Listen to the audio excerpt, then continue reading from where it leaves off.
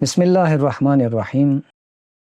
کوفہ کا سیاسی کردار، اس عنوان سے ایک تحقیقی پروجیکٹ میرے پیش نظر ہے جس میں اسلام کے دور اول کی تاریخ میں سے 35 سے 85 ہجری تک کے واقعات کا جائزہ لیا گیا ہے۔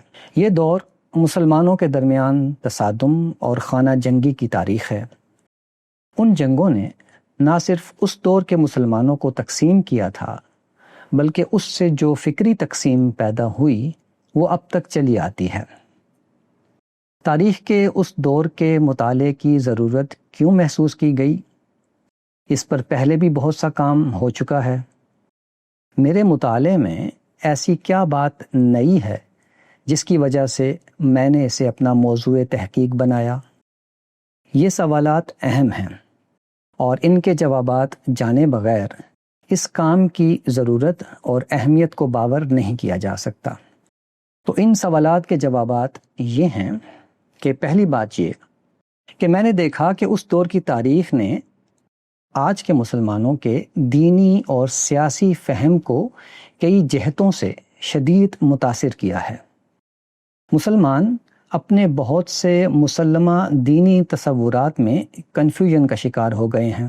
اپنی اس تحقیق کے دوران مجھے معلوم ہوا کہ اس دور میں پیش آنے والے واقعات کے بارے میں قرآن مجید نے بہت جامع رہنمائی کی تھی، جسے ملحوظ رکھے بغیر ہی تاریخ کا مطالعہ کیا جاتا رہا ہے اور اسے پیش کیا جاتا رہا ہے۔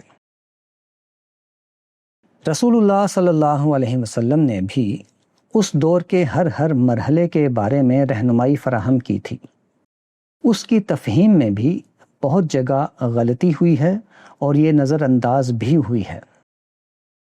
پھر یہ بھی دیکھنے میں آیا کہ دین کے متفقہ اصول اور اخلاقی مسلمات ایک بات کہتے ہیں اور افراد کے سیاسی رجحانات اور ترجیحات ایک دوسری جہت دکھاتے ہیں۔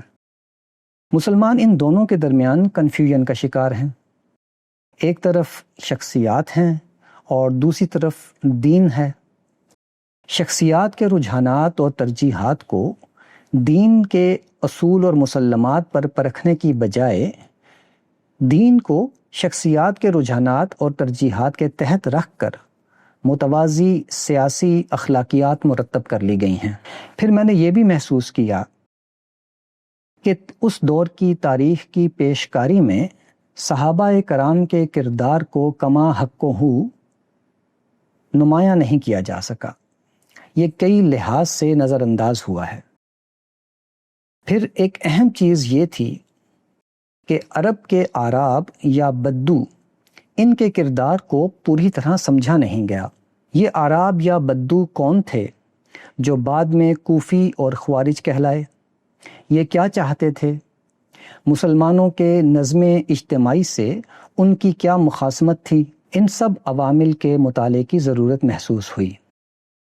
اس کے علاوہ یہ دیکھنے میں آیا کہ مسلمانوں کے ہاں مطالعہ تاریخ کے اصول اور معیارات واضح نہیں ہیں۔ میں نے کوشش کی کہ مطالعہ تاریخ کو ایک سائنس بنا کر پیش کر سکوں۔ اس کے معیارات مقرر کیے جائیں اور پھر ان اصولوں کی روشنی میں تاریخ کا باقاعدہ مطالعہ کیا جائے۔